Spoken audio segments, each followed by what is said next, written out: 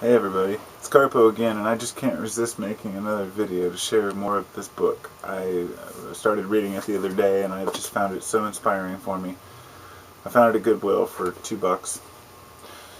Words to Live By, 1938. Each one is a saying, and then someone's take on this saying. So I'm just going to read two of them because I find them. Some of them are really good. Some of them are so-so. I'm going to read the good ones that I like. This one's called On Good Companions by Charles Hanson Towne, poet, author, editor, and actor. And the quote he chose was, "So long as we love, we serve. So long as we are loved by others, I should say that we are almost indispensable, and no man is useless while he has a friend." And the quote's by Robert Louis Stevenson. The above words emphasize the greatest things man has in his life: love and friendship.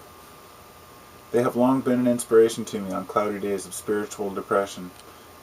It is good to be reminded of the fact that we are needed by our fellows, that we are more than brothers to the ox, that we are truly of some importance, however small, in a struggling world. It is something to live for others instead of only for ourselves. Indeed, we do not really live unless we have friends surrounding us like a firm wall against the winds of the world. I like that one.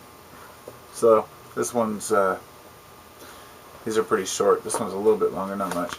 This one's called On Laughter by Gelett Burgess, humorist and author of The Purple Cow. How funny. Never heard of that, but I've heard a lot of people saying they see purple cows. Anyway, the quote is, "Laughing is the sensation of feeling good all over and showing it principally in one spot." By Josh Billings. Okay.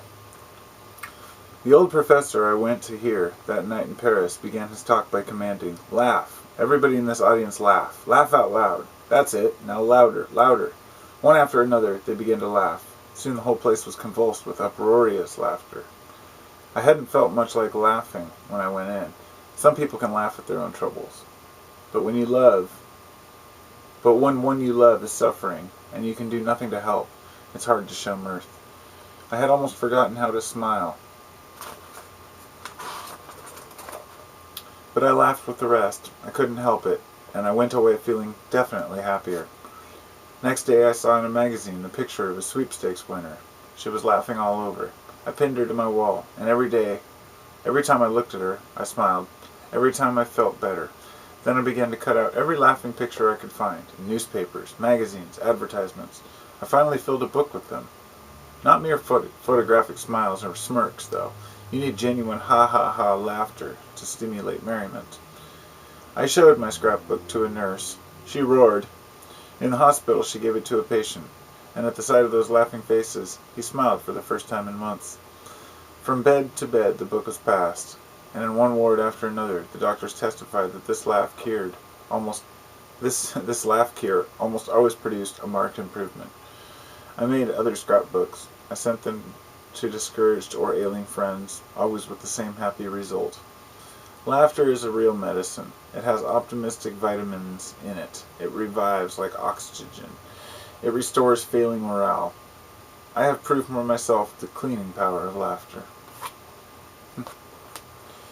Yeah, hope you enjoyed it. Peace.